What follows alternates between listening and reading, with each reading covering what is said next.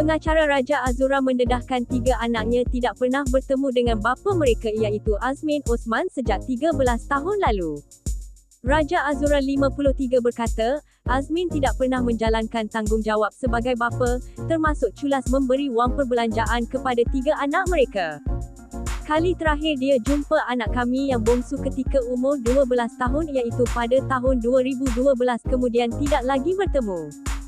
Anak saya juga tak pernah bersalaman dengan ayah mereka pada Hari Raya Aidilfitri dan tidak pernah menerima ucapan setiap kali tiba hari jadi, katanya kepada media Cosmo Online selepas sebutan pertama kes tuntutan nafkah terhadap Azmin di Mahkamah Rendah Syariah pada Jumaat.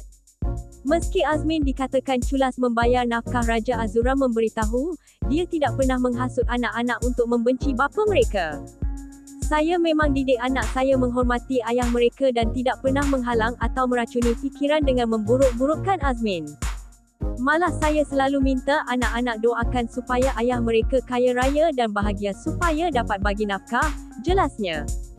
Dia bagaimanapun menegaskan tetap mengekalkan hubungan baik dengan keluarga bekas suami termasuk bapa mentuanya.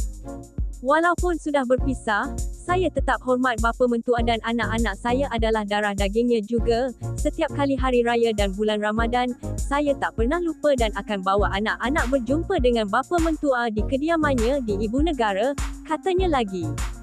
Mahkamah Rendah Syariah Shah Alam menetapkan tarikh 3 Disember depan untuk pihak peguam mewakili Raja Azura bagi menghantar laporan mengenai penyampaian ganti yang dihantar kepada bekas suami selepas proses pertama, iaitu serahan notis kepada Azmin menemui jalan buntu.